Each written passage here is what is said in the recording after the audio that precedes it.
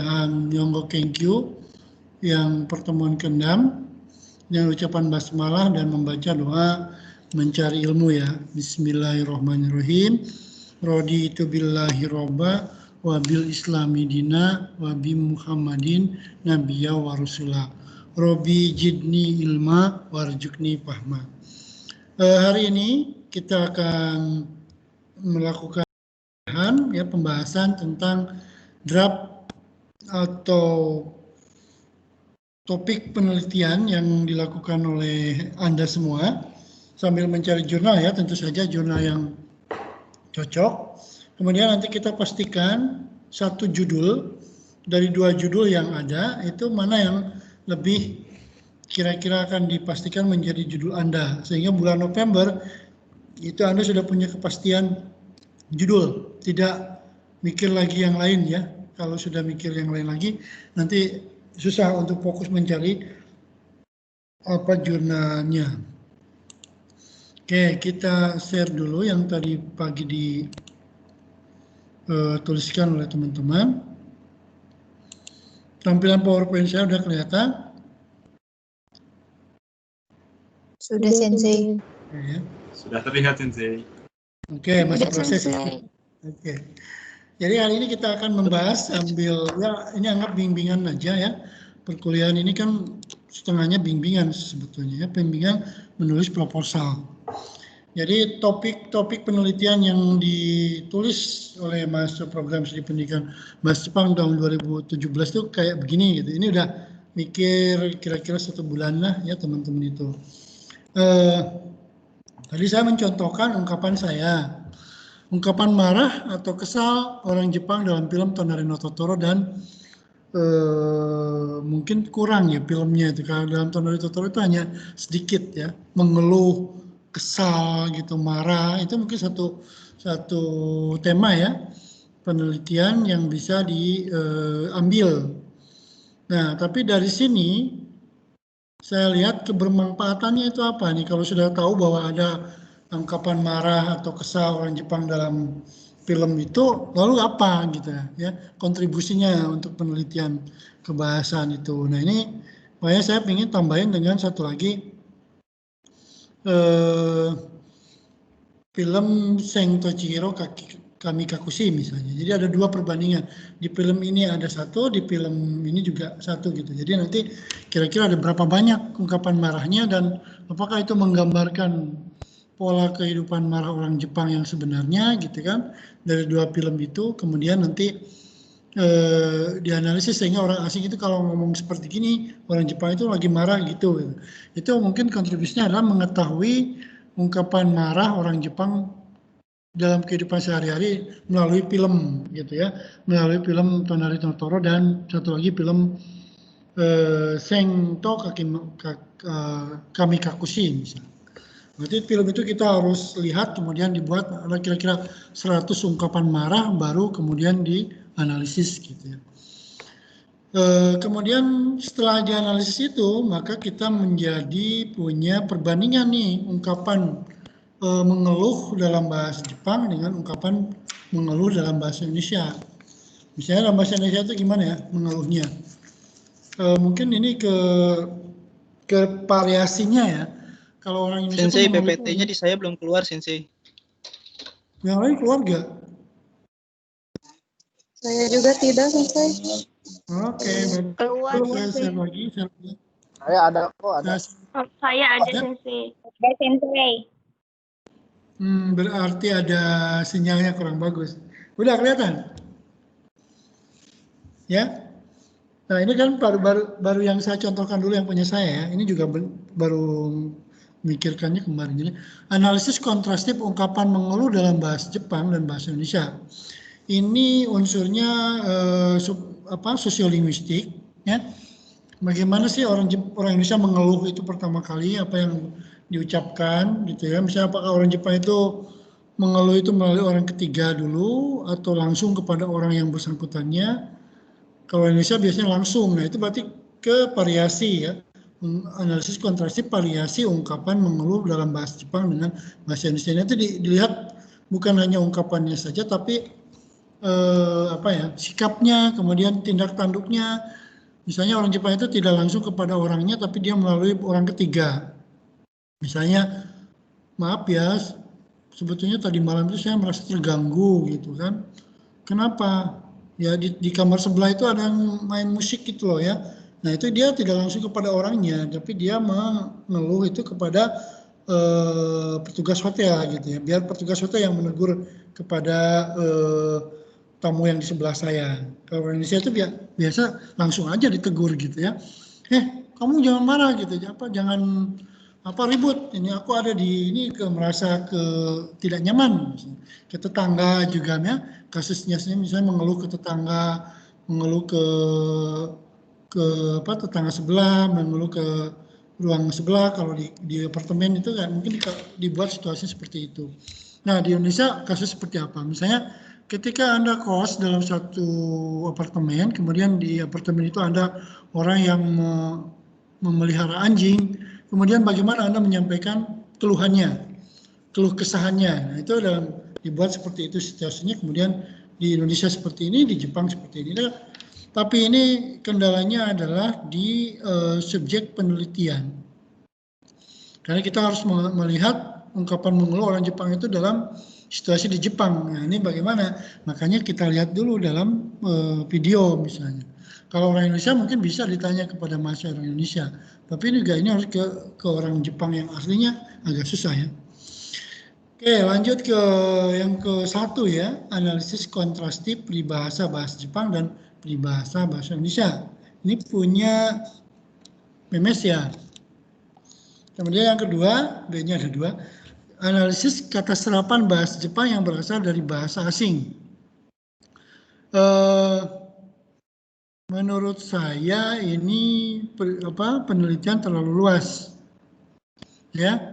Peribahasanya itu yang mana gitu ya? Peribahasanya itu harus bertema apa? Apa bertema apa ya? Motivasi atau bertema peribahasa yang menyatakan apa gitu ya? Menyatakan motivasi boleh, menyatakan personifikasi gitu ya, misalnya peribahasa yang memakai personifikasi nama-nama binatang misalnya ya.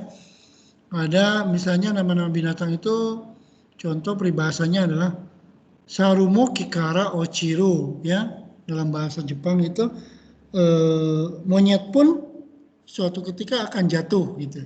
Jadi itu personifikasi ya, perumpamaan gitu. Peribahasa perumpamaan yang memakai kosakata dari kosakata nama-nama hewan. Kera pun jatuh dari pohon misalnya.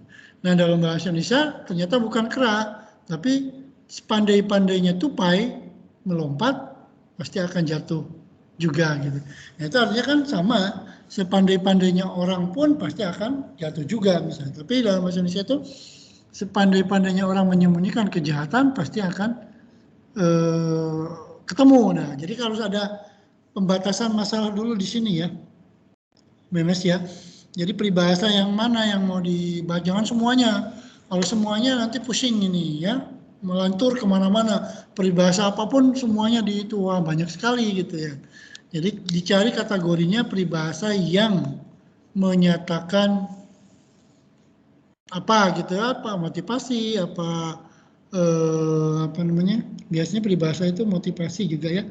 Petuah, nasihat, ya, kemudian kata-kata dari personifikasi binatang dan sebagainya.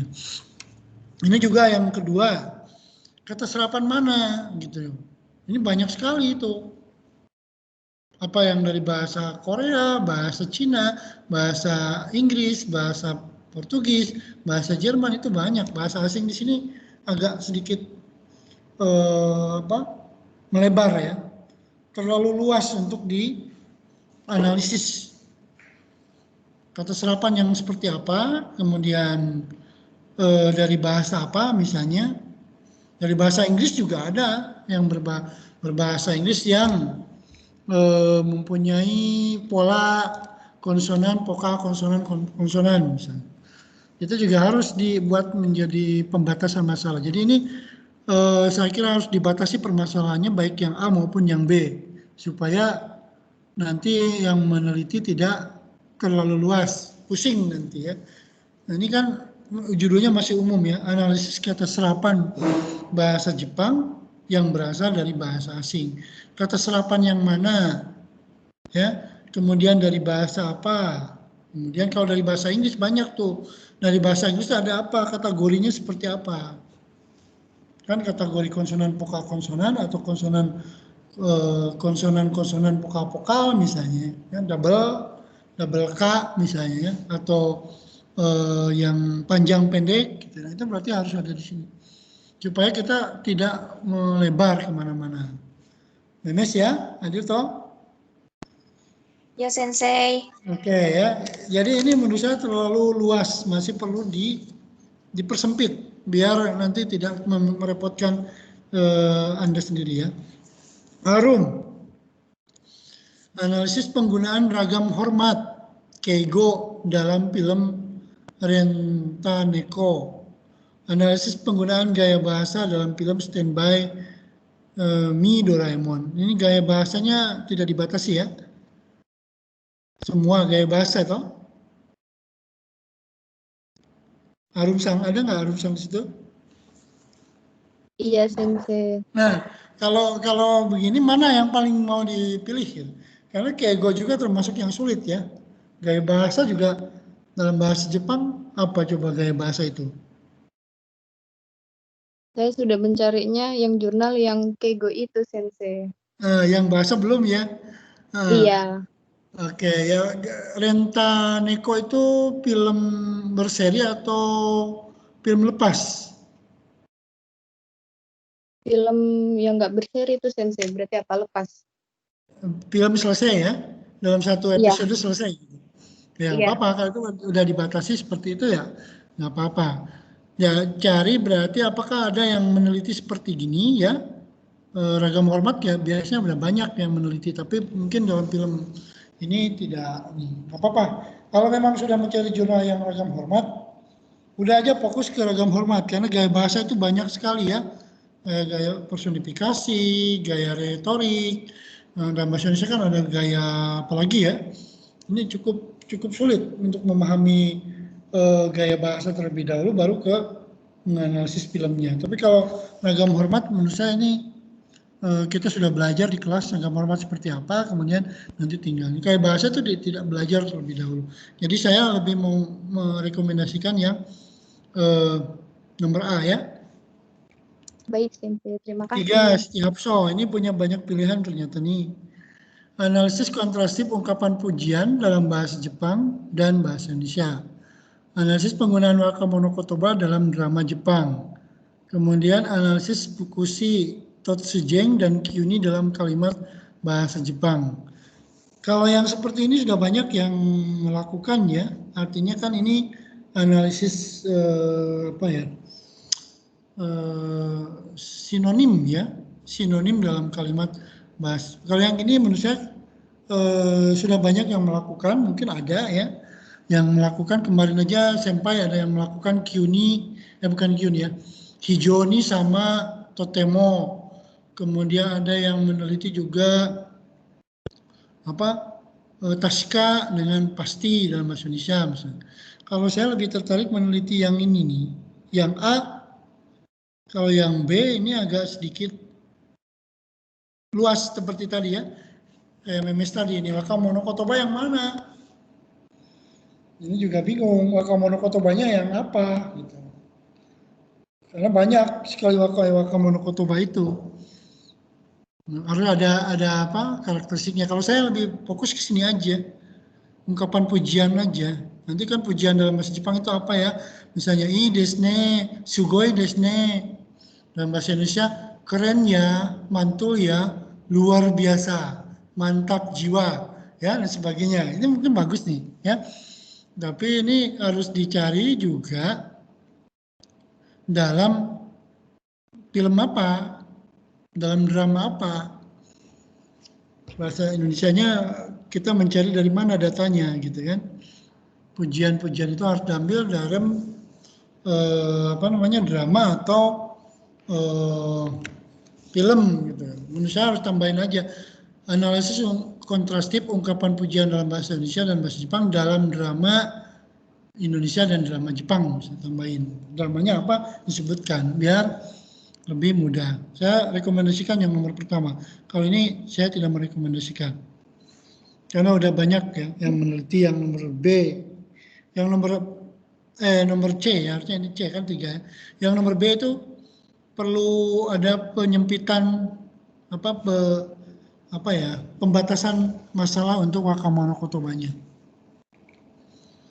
Hapso ya, oke. Baik, Terus iya, Sensei. arti H ini analisis persamaan, analisis kontrastif perbedaan Wakamono Kotoba dalam film. Nah ini juga tadi hampir sama dengan punyanya Hapso ya. Ini harus jelas Wakamono Kotoba yang mana. Ya, kalau udah dipilih satu orang, udah satu orang aja gitu.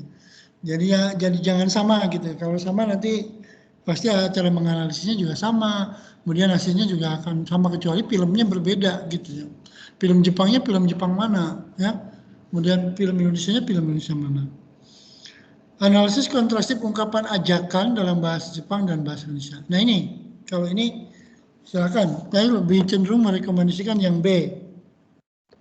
Ajakan itu berarti Kang Yu Hyogeng ya, Kang Yu Hyogeng dalam bahasa Indonesia dan tapi kalau ini tinggal dibuat situasinya aja, bisa diambil dari mahasiswa PBJ juga, atau bisa kalau ada teman orang Jepang bisa ngambil dari teman orang Jepang, atau ngambil dari buku juga bisa ya, buku-buku yang ada ungkapan ajakannya, ini boleh.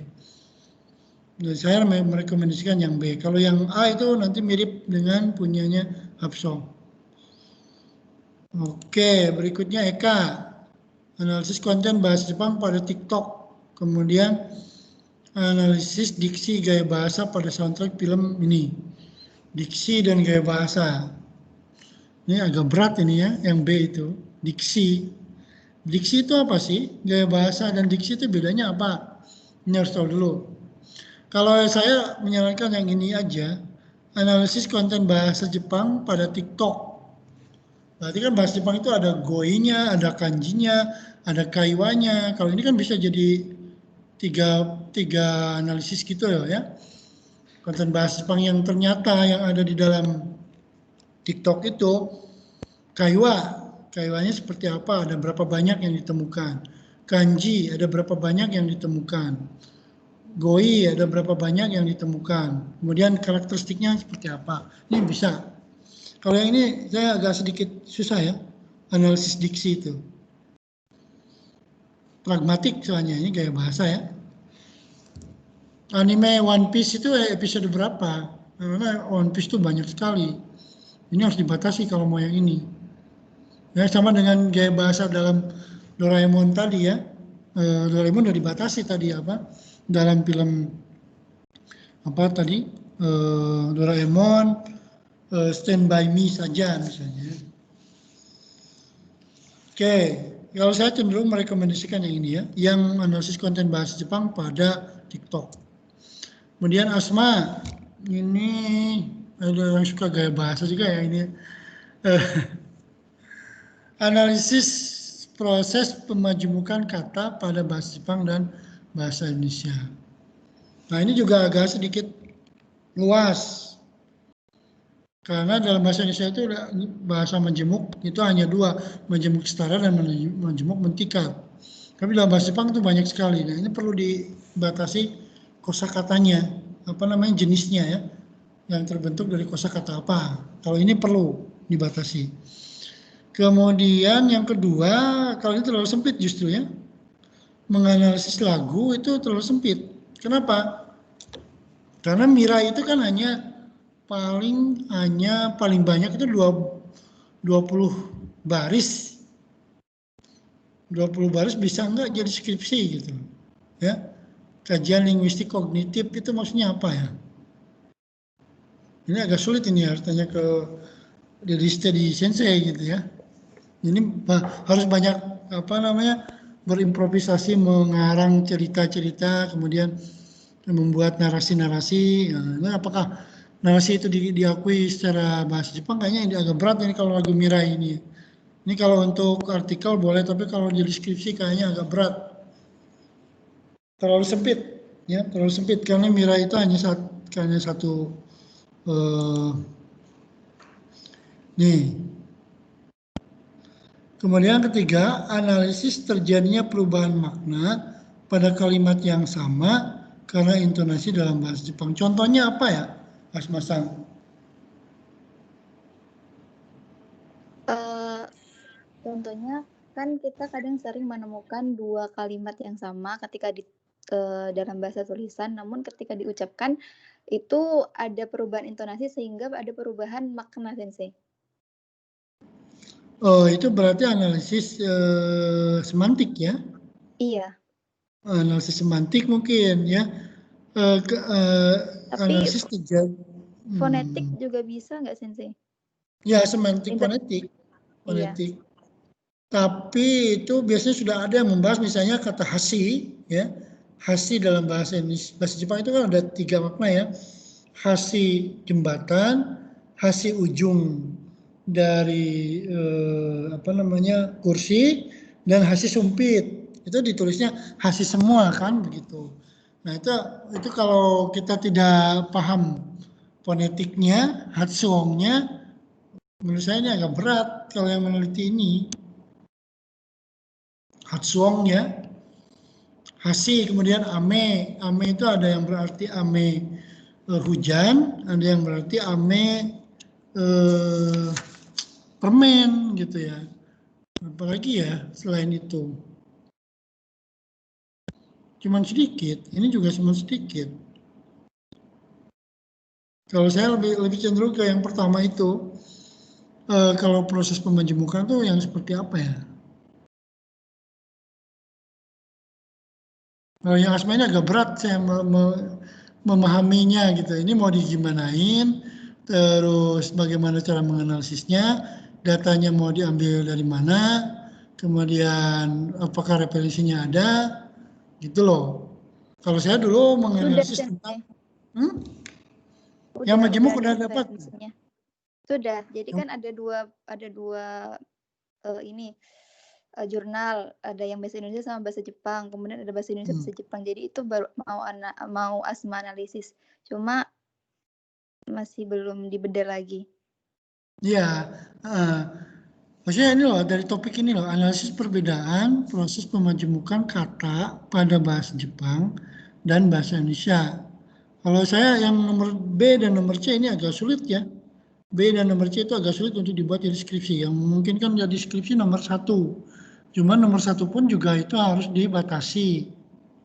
Karena dalam bahasa Jepang itu perbamajemuk, ya pemajemukan itu banyak.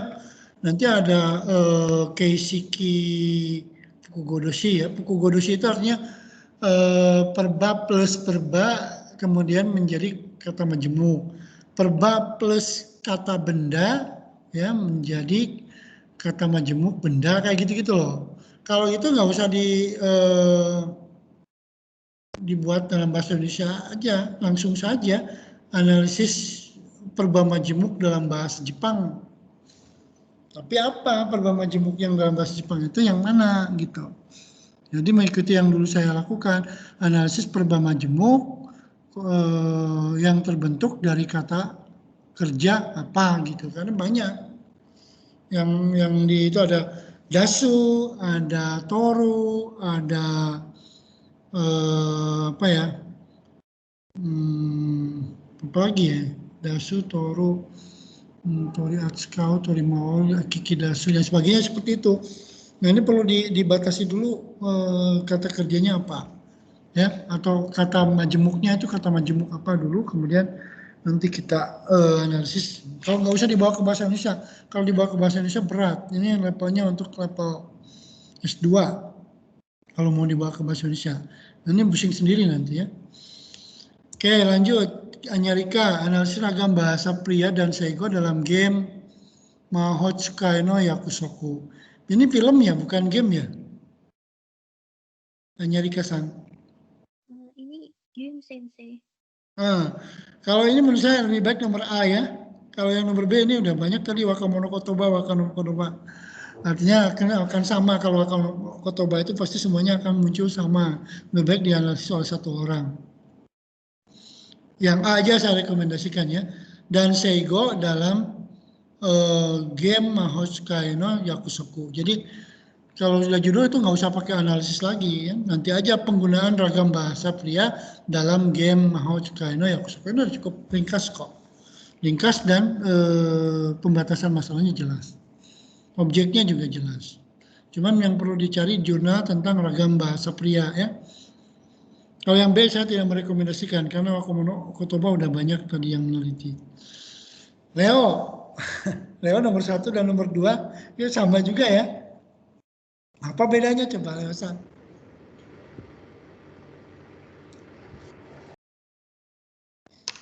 Yang nomor 1 dan nomor 2 apa bedanya Leo San? Ada memakai politeness strategi Sensei. Jadi kesopan santunan antara atasan dan bawahan. Kalau yang bawah itu hanya sebatas menganalisis Mirei Hyogeng yang dipakai oleh penutur asli bahasa Jepang Sensei. Kenapa dipilihnya Mirei saja? Karena yang banyak muncul Mirei. Yang sering dipakai dalam pekerjaan bersama orang Jepang cenderung lebih banyak Mirei-nya Sensei. Ya, ini udah berapa banyak didapatkan selama Kensho di sana, selama intensif? Yang terekod sudah ada sekitar banyak Sensei, ada 7-8 bulan masih terekod. Nah ya, maksudnya kira-kira ada berapa banyak Mirei yang itu ya, karakteristiknya seperti apa? Kalau saya mungkin nggak usah pakai politeness strategi ya, jadi lebih cenderung ya yang nomor B ini ada A dua-duanya, ini B aja gitu. Karena kalau politeness strategi ini agak susah ya. Bisa kalau membawa ke tingkat Jogi Kanke ini kalau ini kan khusus menganalisis Mirei saja, tapi nanti dalam hasilnya pasti akan ada atasan bawahan kan, nanti ada bahasa Keigo-nya sedikit Mirei yang sedikit halus, Mirei yang kasar gitu loh. Contohnya misalnya begini, ketika kita di kelas belajar Tekudasai, ternyata di Gemba itu Tekudasai itu tidak dipakai. Jadi yang banyak dipakai itu ternyata Shinasai, ya. Padahal itu sebetulnya sama, levelnya itu sama, tapi orang mahasiswa terutama yang magang itu merasa kasar ya, dikasih Kore yari nasai yo, Kore shinasai yo, Kore tabe nasai yo, gitu kan. Nah, tapi sebetulnya sama dengan tabete kudasai, ya, yate kudasai, gitu ya, bentuk te kudasai itu. Jadi antara yate bentuk te kudasai dengan nasai itu kalau bagi orang asing itu kelihatan sebagai kehalusan atau kekasarannya itu beda gitu, padahal sebetulnya sama. Nah itu justru lebih menarik ya, banyak orang-orang yang bekerja di Jepang merasa shock dengan ungkapan nasai gitu ya, tapi sebetulnya itu sama dengan tabete kudasai ya. Nah, tapi itu Mirei juga, semuanya Mirei ya. Gak apa-apa, kalau saya sarankan nggak usah sampai dibawa ke analisis strategi, tapi dibawa ke penggunaannya aja ya. Penggunaan Mirei Hyogeng dalam grup chat lain oleh penutur bahasa Jepang di Saijo. Ini ada berapa orang Jepangnya? Oleh penutur ada orang Jepang 14 aja. Orang Sensei. Nah, berarti di situ penutur orang Jepang aja, bukan orang Indonesia toh? Iya, khusus orang Jepang. Jadi ada atasannya ada 2, terus yang bawahannya sisanya. Ya, berarti di sini bukan penutur bahasa Jepang, tapi penutur orang Jepang gitu loh. Jadi penutur orang Jepang Sensei ya. Jadi itu kalau Leo masuk di situ kan cuma satu orang Indonesianya ya. Jadi mendingan masuk di sini orang Jepang aja, kita kan sudah ada datanya diambil dari sana, tinggal dianalisis saja.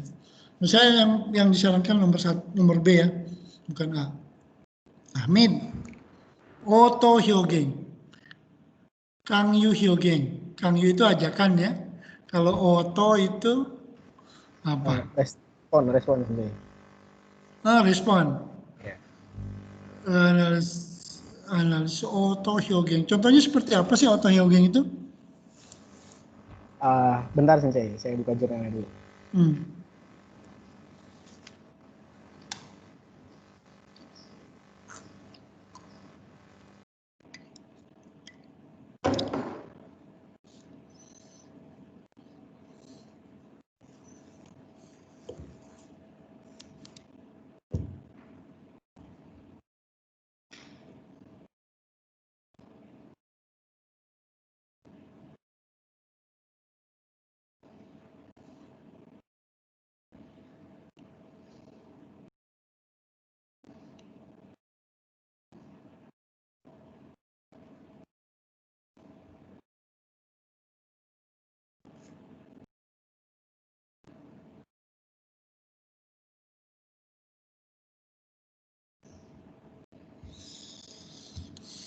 Apa coba oto hyogeng itu seperti apa? Ntar saya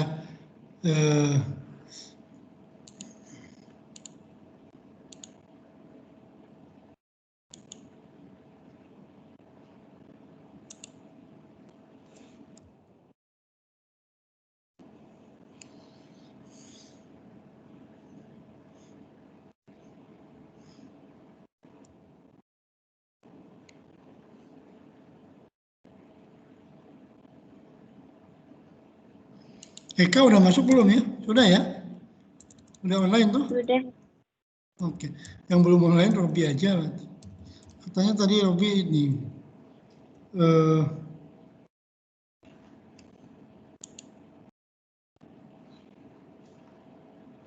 Oke.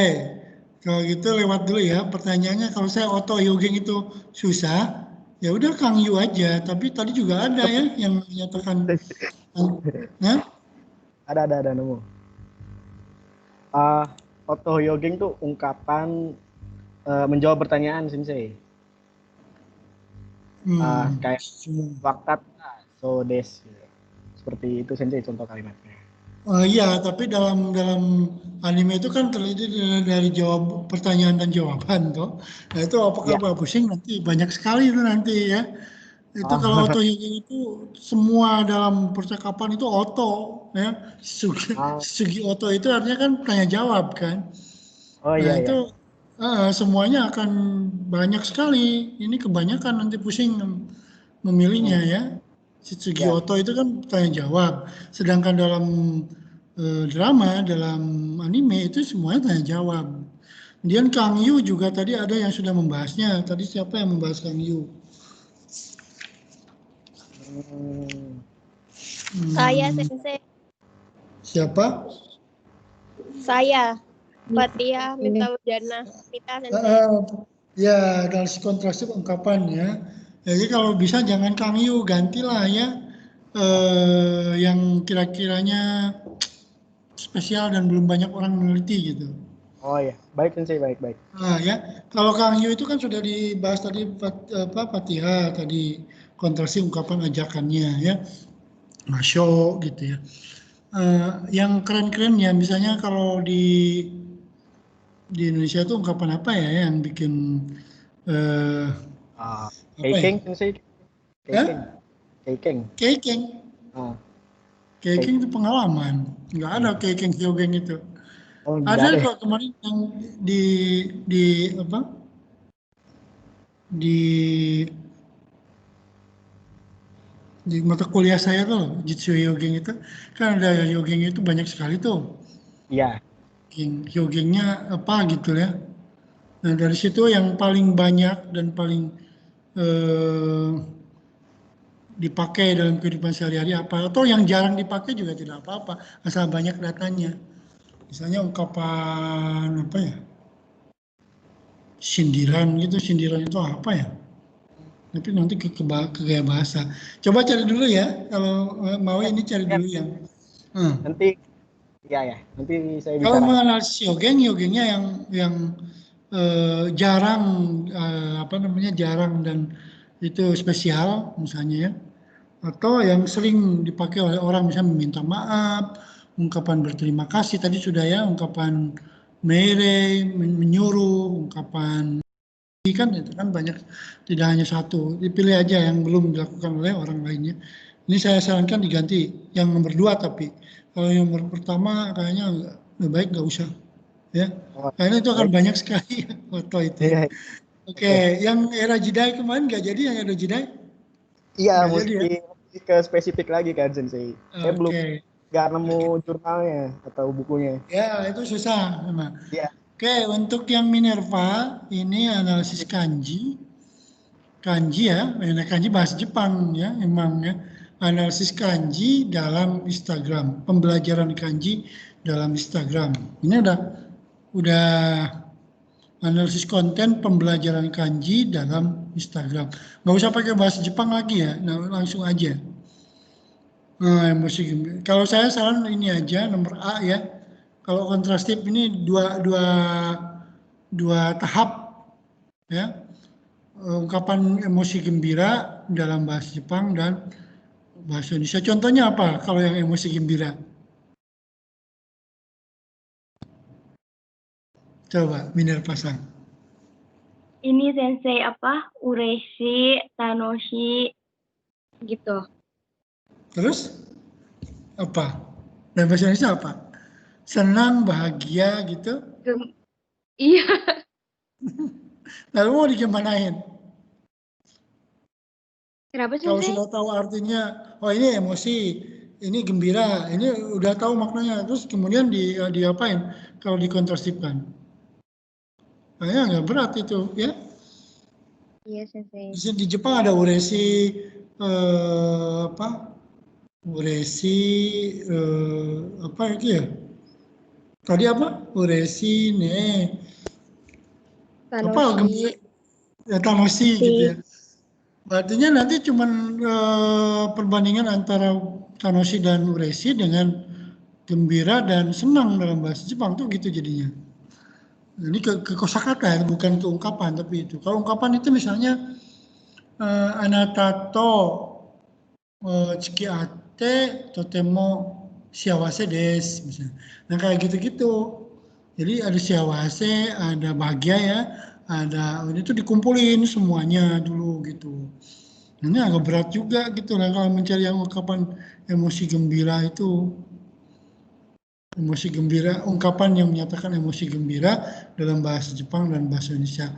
Kalau ini bisa analisisnya buku-buku ajar yang menyatakan itu. Tapi kalau saran saya ini agak susah ya, agak kesulitan mencari data ya. Karena memang hanya ureshi, tanoshi, shiawase gitu ya. Yang happy itu bahasa Inggris ya, bahasa Inggris. Ini susah ini, ya. Lebih baik yang A tadi, analisis konten kanji dalam Instagram. Nanti Anda menemukan kanji-kanji itu, oh yang paling bagus itu apa, nanti diurut, tinggal mengurutkan aja. Kalau menemukan 100 konten kanji yang berbeda-beda, akunnya di follow up semuanya, diambil contoh 2 atau 3 dari setiap yang punya itu, yang punya akun itu, kemudian oh si Ano itu dia menganalisis kanji hanya cara menulisnya aja. Si B itu hanya menonemiknya aja gitu. Jadi nanti itu ada kategori aja. Jadi kategori dari 100 akun Instagram yang ada dalam bahasa Jepang, yang ada dalam Instagram yang membahas kanji itu ternyata dikategorikan cuma jadi 2 aja. Yang pertama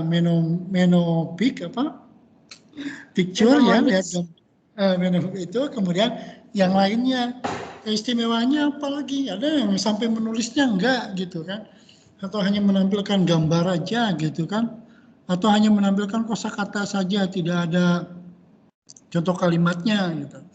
Nah itu tinggal dibuat dari grup aja, nanti kesimpulannya ada kategori kanji 1, kategori kanji yang langsung memakai huruf dan cara menulisnya. Berarti kan video kalau Instagram itu. Tapi ada hanya gambar saja. Nanti video pun bisa dianalisis, video sama gambar gitu. Kalau ini banyak kok, mudah ya ini. Kalau saya selalu Iya, menyarankan Sensei. yang A ya, jangan lagi yang lain istiqomah aja ini. Istiqomah Iya, dari sebenarnya sekarang juga semua yang sebenarnya di juga Instagram yang itu dikumpulin. Sensei. Dikumpulin Iya dalam sudah folder kemudian dikumpulin ya. Jadi ya tinggal sudah dapat mencari 10 judul Sensei. analisis kanji ya. Oke. Analisis konten dan kanji. Lanjut, Hermawan. Analisis penggunaan kanji yang terdapat dalam channel YouTube. Nah, YouTube video. Berarti videonya aja, tapi Nihongo mantap ya ini ya. Analisis penggunaan. Kok analisis penggunaan sih? Kalau gunanya kanji itu apa contohnya, Mas? Maksud saya nanti gini Sensei, itu nanti dalam konten itu nanti ada kanji dipetak-petakin gitu Sensei. Oh, dalam video ini nanti ada berapa kanji N5, N4 atau berapa gitu Sensei, maksud saya. Jangan pakai kata penggunaan lah di situ. Oh iya, maaf Sensei. Kalau kata penggunaan nanti kanji itu digunakan untuk apa gitu loh. Oh iya Sensei, maaf Sensei. Kan? Analisis penggunaan kanji, nanti kanjinya udah dipakai apa dalam YouTube itu. Nah, itu repot. Tapi kalau analisis kanji yang terdapat dalam channel YouTube Nihongo Mantap, wah ini juga banyak ya. Nihongo Mantap itu udah berapa video ya? Banyak banget nih. Banyak banget.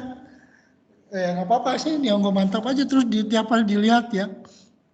Terus ada kanjinya apa gitu. Yang diajarkan di Nihongo Mantap itu apa yang diajarkan, apakah N5, N4, N3 gitu kan.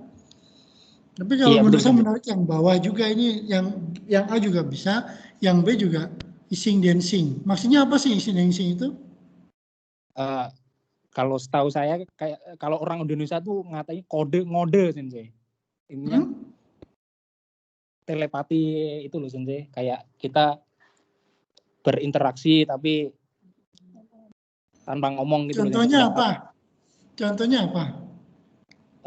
Contohnya apa ya Sensei? Kayak kita ngajak temen nih makan yuk gitu Sensei. Terus dibilang coto gitu kan, kesannya mau nolak tapi nggak gitu loh Sensei, nggak berani ngomong langsung gitu loh Sensei. Setahu saya seperti itu Sensei. Nah kalau ini namanya analisisnya bukan analisis penggunaan, analisis pragmatik ya. Pragmatik itu misalnya gini, ising dancing itu adalah artinya iwana kutemo wakaru.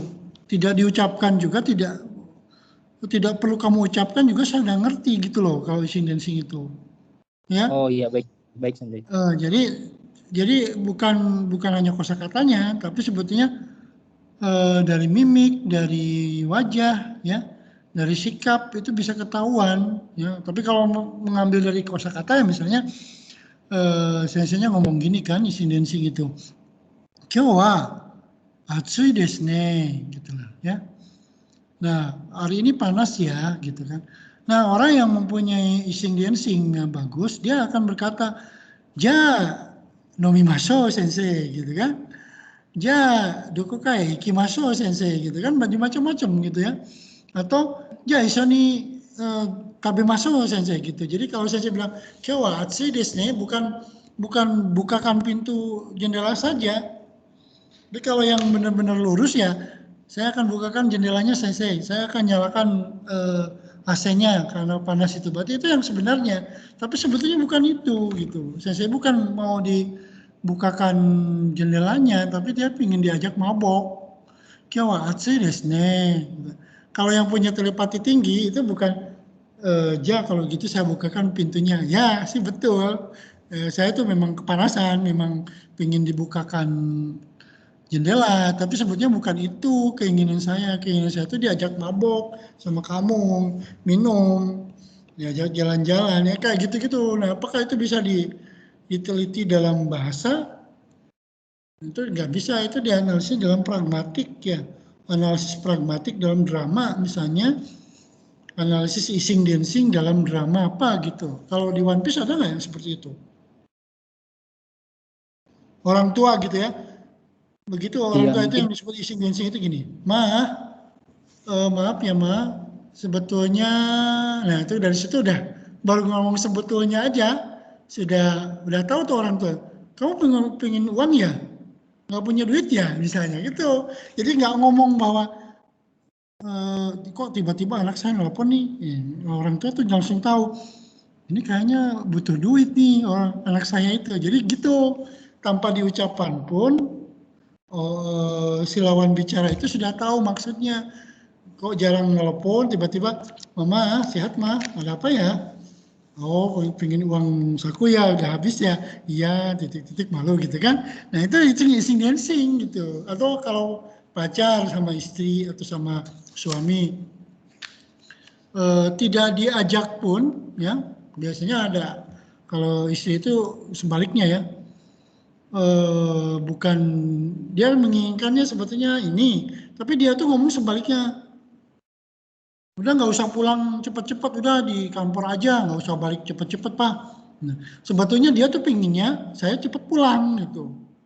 Ya kayak gitu yang disebut ising dancing itu. Jadi itu menarik, tapi itu kalau diungkapkan dalam bahasa apa ya, analisis bahasanya itu menurut saya ke sosiolinguistik ya, bahasa yang dipakai dalam masyarakat Jepang gitu. Jadi kalau suami mengatakan, istri mengatakan cepat pulang, itu berarti sebetulnya nggak usah cepat pulang gitu. Ada yang teori kebalikan itu ya, cepat istilahnya jangan pulang cepat-cepat, itu artinya pengen cepat pulang gitu. Kalau suami istri ngomong gitu itu, udah kamu main di luar aja, nggak usah main di dalam, tidur di luar aja. Itu orang tua bilang gitu. Kalau anaknya begadang terus, itu inginnya si anak itu pengen pulang lebih cepat. Kamu nggak usah makan aja, nggak usah sholat aja gitu loh. Nanti, nah dia pinginnya kan sholat gitu. Kalau yang anaknya telepatinya tinggi itu artinya kalau digituin pasti dia. Nah, ising dancing itu menurut saya bukan hanya bahasa, tapi tindakan ya. Kadang-kadang ada pola-polanya gitu. Nah, menurut saya ini aja yang pertama ya. Yang pertama tapi penggunaannya dihilangkan gitu ya. Oh Iya, ini siap, menarik Sensei. tapi budaya ini ya. Budaya Baik, dan Sensei. kadang-kadang kalau kita tidak punya telepati yang tinggi itu nggak ngerti maksudnya apa gitu. Dia ngomong gitu maksudnya apa gitu. Kadang-kadang kayak prank gitu ya. Oke.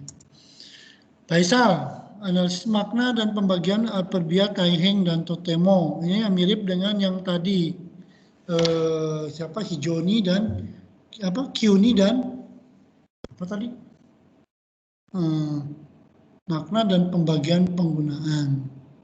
Kesalahan masuk kata kerja bentuk T pada masa.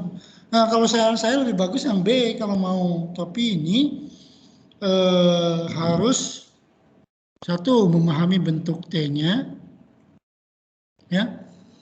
Bentuk T-nya ini dulu udah pernah dilakukan oleh Senpai, analisis kesalahan bentuk T ini oleh Senpai yang dibimbing saya juga tidak apa-apa. Tapi mungkin yang terbaru pada Ichinensei juga boleh, ya. Tapi berarti ini harus ada mengadakan tes kesalahan penggunaan kata kerja bentuk T pada masa program. Kalau saya lebih baik B. Kalau A itu udah umum banyak yang meneliti ya. Lebih baik yang B ini. Jadi analisis kesalahan bentuk kata kerja bentuk T pada masa pada Ichinensei tahun berapa ya? Tahun 2019 atau 2020? Nah, kalau sudah 2019? Iya. Berarti itu harus buat tes dulu, nggak apa-apa. Tesnya dibuat aja, coba. Kemudian nanti ditanya apa kira-kira. Kalau menurut saya nggak apa-apa ini, analisis kesalahan kata kerja. Kalau yang atas nggak usah, saya nggak merekomendasikan. Ini nanti nilai itunya sedikit kalau kita mendapatkan datanya sedikit. Oh, iya, kemudian Jabal ya. Jabal ini analisis makna yang sama. Shigoto, Hataraku, Chitomeru dalam bahasa Jepang dengan bekerja dalam bahasa Indonesia. Analisis perbedaan Ochiru, Korobu. Nah, ini lebih kok dua-duanya itu kontrastif ya. Dua-duanya kontrastif. Mana yang dipilih silakan saja. Tapi kalau yang Korobu, Ochiru, Tatoeru udah dilakukan itu sama Pak Dedi Steady itu.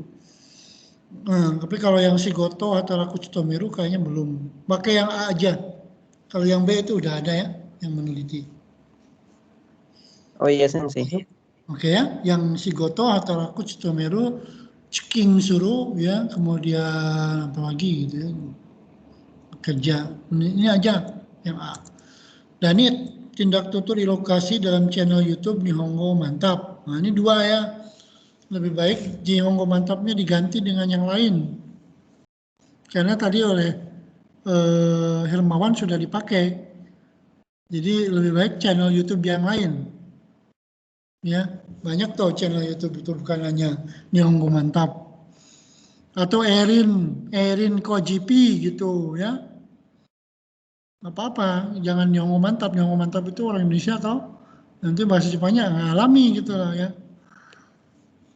Jadi ini diganti Nihongo Mantapnya ya. Siapa Danit? Kandoshi dan jenis kando dalam anime One Piece. Ini suka Ya, One Piece Sensei. semuanya. Kandoshi. Contohnya apa sih Kandoshi itu? Kandoshi itu seperti ungkapan impresif, Sensei. Nah, contohnya apa? Contohnya kayak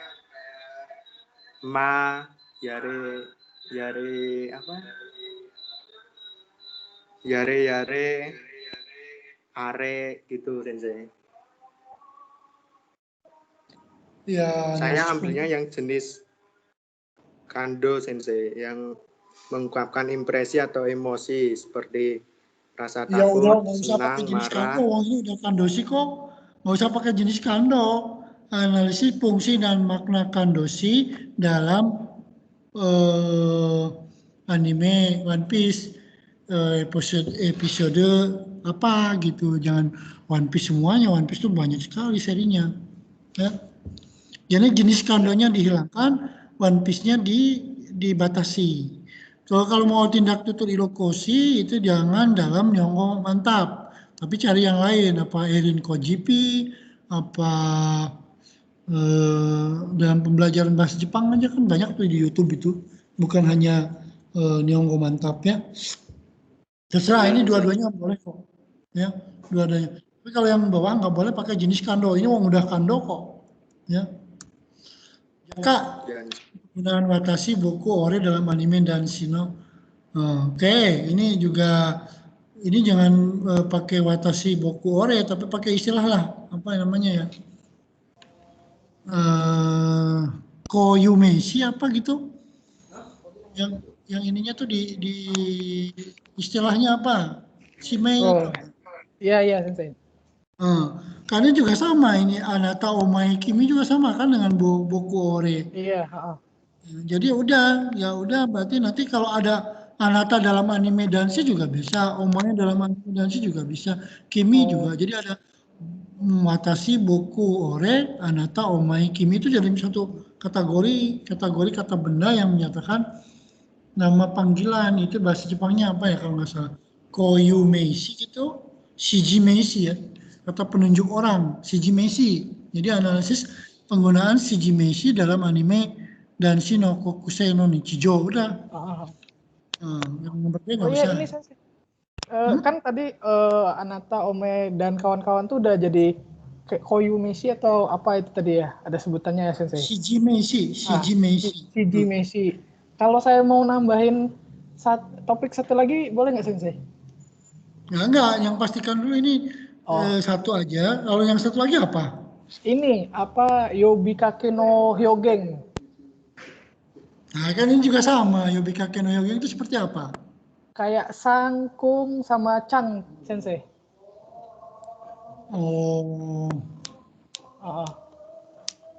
Ya udah mendingan itu dua-duanya juga sama kok, boleh. Yobikake no Hyougen sama Shijimeshi gitu ya. Shijimeshi. Oke. Shijimeshi itu tadi watashi, boku, ore itu Shijimeshi.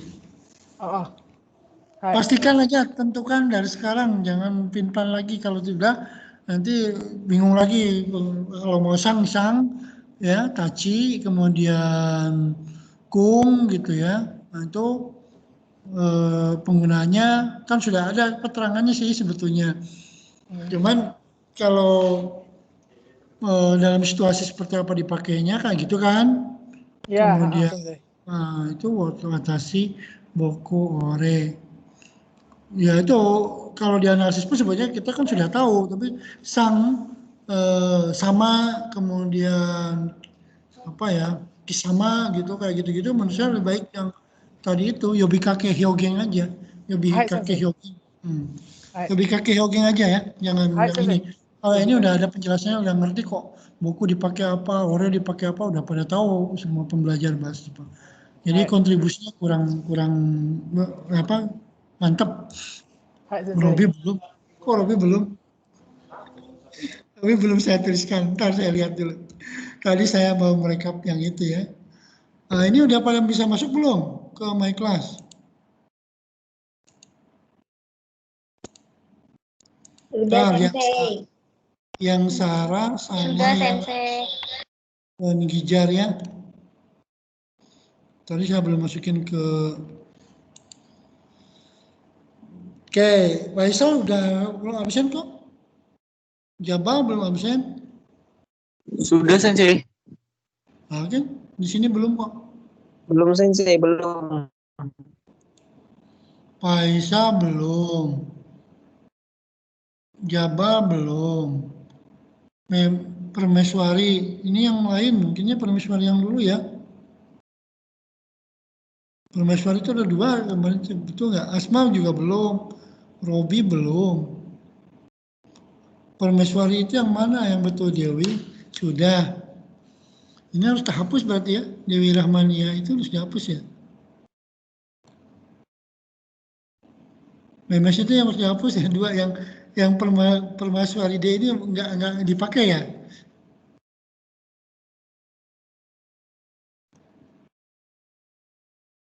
Robi gimana? Robi nggak bisa masuk?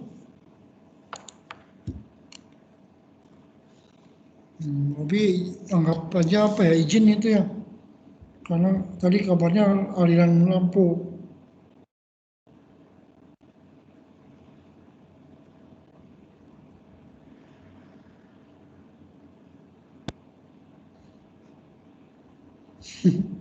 Oke, saya izinkan aja ya, Robi itu. Oke, berarti Robi izin.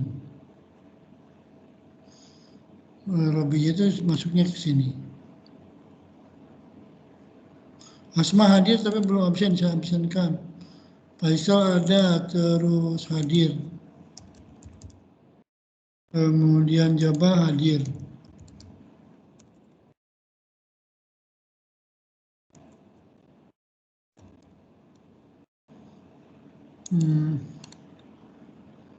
Ini mah nggak ada emangnya.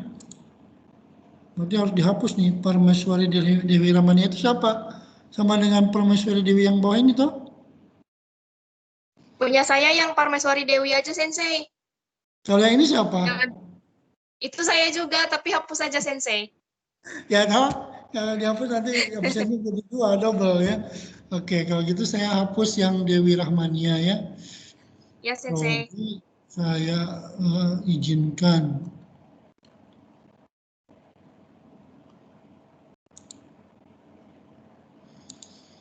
Saya hapus ya, soalnya jadi 2 namanya ya. Yang belum itu berarti Sarah, Gijar, dan Robi ya. Udah kelihatan tuh tampilan My Class-nya? Sudah, Sensei. Oke. Dikit lagi ya, 10 menit lagi. Jadi hari ini kita bahas ini aja, kita diskusi tentang ini sambil mencari jurnal ya.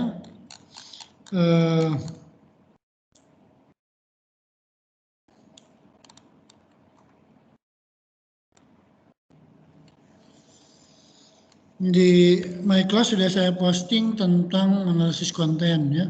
Gijar, saya perbesarnya.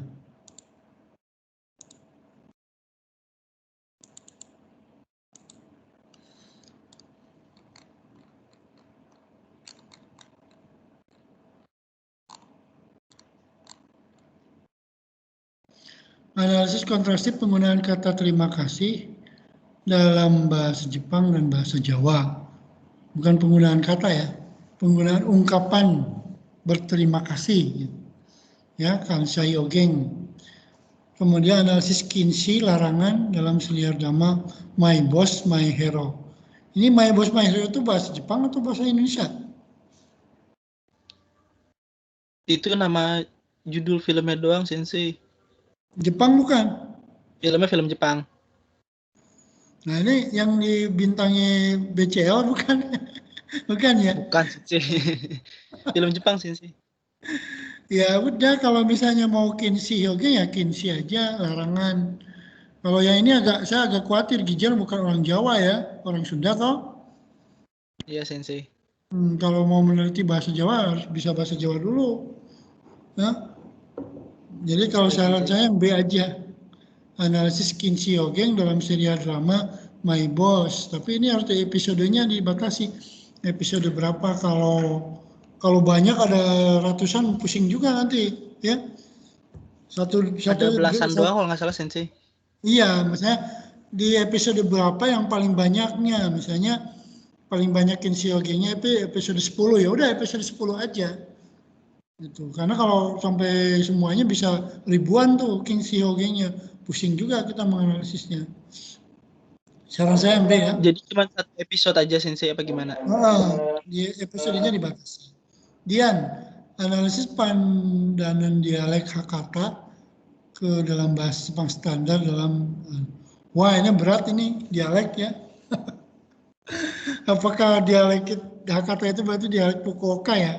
Itu ngerti nggak itu penelitian itu? Saya juga belum tahu dialeknya seperti apa ya. Ini kalau ini analisnya orang Jepang bukan orang Indonesia, agak sulit nanti menentukan apakah ini dialek Hakata, apakah ini bahasa standar gitu loh. Jadi belajarnya harus 3 kali. Ya dialek Hakata, ya bahasa Jepang standar, ya anime Bakaramon gitu loh.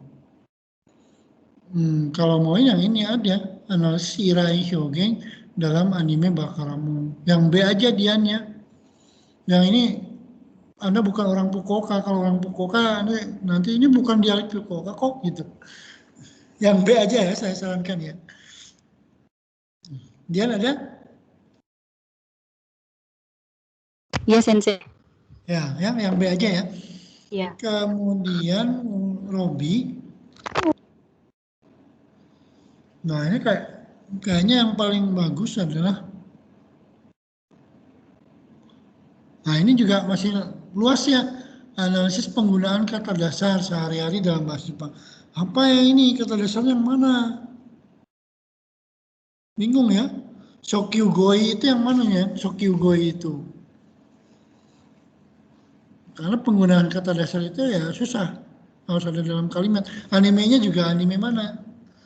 Kemudian gaya bicara ketika marah dalam bahasa Jepang, agak susah. Gaya ini ya. Kalau marah itu kan sama tuh, universal marah itu. Gaya bicaranya sama, nadanya tinggi gitu loh. Kalau Robi ini harus digantilah ya dua-duanya ya. Nggak ada orangnya juga. Robi itu nggak ada orangnya. Nggak bisa masuk katanya. Siapa yang dekat dengan Robi? Hamid? Tolong sampaikan ya.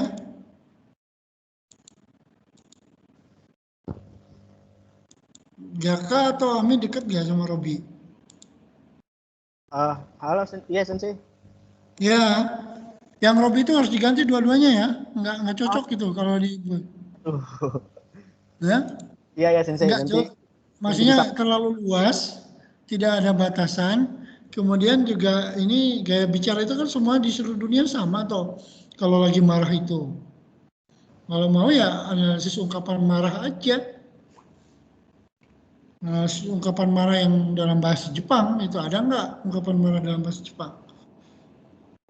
Maksudnya ini agak rancu. Kalau mau yang dipakai yang saya tadi contohkan tadi aja.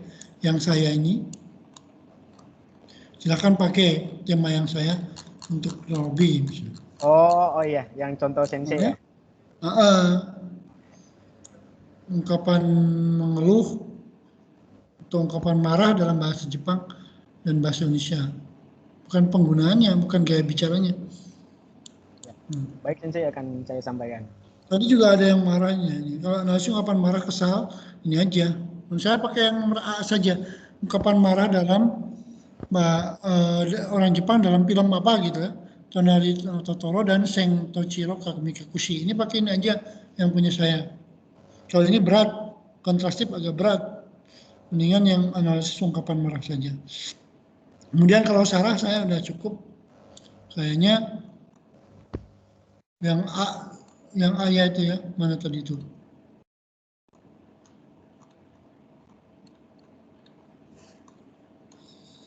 Analisis bahasa Jepang JLPT ya. Analisis kanji level 4 pada JLPT tahun 2016 sampai 2019. Ya nggak apa-apa, itu aja. Ya, sesuai dengan kemampuan kita ya level 4 ya level 4 aja analisisnya. Kalau level 3, level 5 itu agak berat mungkin ya udah. Dibatasi, ini udah batas kok. Analisis kanji pada level 4 jadi manfaatnya nanti kita bisa mengetahui dari tahun 2016 sampai 2019 itu ternyata kanji-kanji yang muncul dalam JLPT itu adalah kanji ini gitu. Ini lebih bermanfaat loh ya. Analisis konten ini apa? Ini agak susah ini. Intonasi ya. Intonasi itu harus bahasa orang Jepang asli pun belum tentu bisa gitu. Yang penting yang aja ya, istiqomah ya. Sarah Sang. Ya, Sensei. Oke ya, istiqomah aja yang di A ya. Oke, kalau begitu, kalau ini udah jam 3 tuh, ada pertanyaan lagi? Kalau pusing itu ya biasa ya, namanya mahasiswa itu pusing itu. Tapi yang paling bagus ya itu adalah skripsi yang paling baik adalah skripsi yang selesai. Bukan skripsi yang paling fenomenal, bukan ya, tapi skripsi yang baik adalah skripsi yang selesai. Jadi artinya satu realistis bisa dikerjakan oleh kita, baik dari segi waktu, dana ya, kemudian data, referensi ya, kebermanfaatan ya, syukur-syukur sih semuanya bisa. Tapi kalau tidak ya berarti kan saya bisa mengerjakannya sesuai dengan kemampuan saya yang saya miliki. Waktu yang saya miliki, bahasa Jepang yang saya kuasai gitu toh ya. Jadi jangan meneliti yang bagi saya aja susah gitu loh. Apalagi bagi nanti menjelaskan kepada orang lain. Nah itu, jadi kebanyakan itu ingin mendapatkan skripsi yang baik, yang bagus gitu. Tapi nggak selesai pada akhirnya. Mentok di tengah jalan ya. Karena apa tadi? Tidak mengukur kemampuan diri sendiri. Terus referensi yang didapatkan kurang, terus keistiqomahan dalam pemilihan topik dan judul. Jadi sudah pingin yang ini, juga pingin yang itu. Jadi artinya itu masih apa ya, plan gitu loh. Jadi skripsi yang baik itu adalah skripsi yang selesai. Artinya tirulah gaya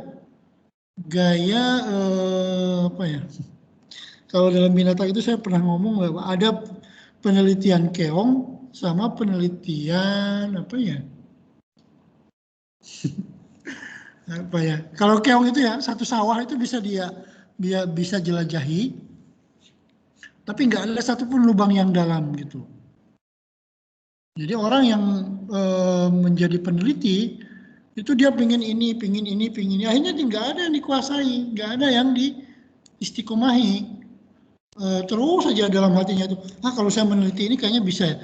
Jadi nanti nggak lulus ya, dari jurusan bahasa Jepang pindah jurusan yang lain. Di sana juga sama, mentok, terus keluar lagi gitu. Jadi orang yang seperti itu nggak cocok jadi peneliti, nggak akan beres-beres sampai kapanpun. Jadi janganlah meniru gaya meneliti keong.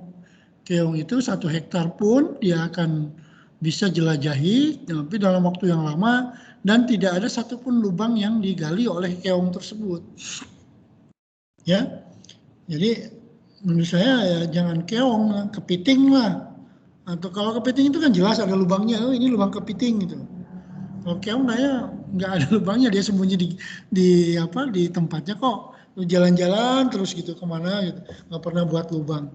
Tapi yang buat lubang itu misalnya kepiting itu satu lubang dia dalam gitu, dia dalami sampai sampai semong gitu. Jadi kalau dia skripsi di S1-nya ini tentang ini, S2-nya ya itu lagi, S3-nya juga itu lagi. Jadi jangan lagi meneliti yang sekiranya kita tidak kuasai. Itu yang paling banyak. Yang kedua, kunci lulus tepat waktu itu adalah ada pada diri sendiri, bukan pada orang lain. Kebiasaan kita sehari-hari akan mencerminkan pada ketuntasan kita menyelesaikan studi ini. Ya, jadi nggak bisa kita menyalahkan dosen pembimbing, nggak bisa kita menyalahkan keluarga, nggak bisa menyalahkan kepada fasilitas, apalagi teman, pacar, yang lain-lain. Kalau masalah studi itu masalahnya kita sendiri. Kalau kita ingin selesai dalam 1 tahun ke depan, kita harus istiqomah bahwa saya harus menyelesaikan skripsi dalam 1 tahun ke depan. Nggak ada gangguan apa-apa gitu. Masalah hambatan ya kayak sekarang stres gitu ya, ya itu biasa lah ya. Kalau menghadapi sesuatu yang sulit itu kan ada semakin kuat kita nanti menghadapi permasalahan. Oh, pada akhirnya skripsi yang baik adalah skripsi yang selesai, bukan skripsi yang paling sempurna. Nggak ada yang paling sempurna itu ya. Yang S3 aja nggak ada tuh yang bisa langsung jadi profesor gitu. Jadi harus itu. Kemudian jangan bangga dengan kebesaran masa lalu. Artinya jangan bangga bahwa saya sudah punya penelitian yang kira-kiranya akan bagus, jangan bangga dulu. Kita harus berdarah-darah dulu. Jadi sukses itu adalah kumpulan pekerjaan kecil-kecil, recehan-recehan yang dikumpulkan menjadi sebuah hasil yang bagus. Jadi bukan langsung jadi gitu. Jadi kita prosesnya dari membaca jurnal dulu, menulis pendahuluan, dan nanti kita mulai menulis pendahuluan minggu depan. Karena sudah jam 3:04 tepat ya, 1 jam setengah. Kira-kira sampai sini ada pertanyaan nggak? Ada masukan atau pertanyaan dari teman-teman semua? Sensei, saya mau. Ya, silakan. Untuk yang punya saya tadi Sensei, analisis kanji dalam channel Nihongo Mantapun, itu nanti saya ambil sampel beberapa video saja ya Sensei ya, di situ ya Sensei. Ya, misal 20 video apa berapa gitu ya Sensei. Yang khusus membahas kanji aja berapa banyak itu. Misalnya ada 20 ya 20 aja. Oh ya, baik Sensei. Nggak usah semua Nihongo Mantap itu udah berapa postingan, banyak sekali orang dia tiap hari mengiriman gitu kan. Iya Sensei, baik Sensei. Jadi terlalu banyak kalau semuanya dianalisis, jadi nanti sedikit aja. Oh ya, baik Sensei. Terima kasih Sensei. Cari dulu jurnalnya, minggu depan kita mulai menuliskan pendahuluan. Kalau jurnalnya sudah dianalisis ya. Oke, yang lain. Kalau yang masih bingung nggak apa-apa, ini masih ada waktu 1 bulan lagi. Nanti kalau sudah Desember nggak bisa diganti-ganti lagi ya. Sudah harus presentasi ya. Nah jadi ya, proposalnya harus sudah jadi Desember itu. Oke, kalau tidak ada, saya mengharapkan semuanya bisa beres ya. Tidak ada yang berhenti di tengah jalan pada saat skripsi ya. Oke, kalau tidak ada, Amin ada pertanyaan? Iya Sensei. Ya, silakan. Tidak ada. Tidak ada? Ya. Oke, kalau tidak ada silakan, kalau mau jalur Japri juga boleh ya. Ke saya, kalau untuk di kelas ini hanya 1,5 jam silakan saja. Kalau masih ada keraguan tema, judul segala macam ya silakan. Oh nanti juga ada pembimbing ya, pembimbing skripsinya.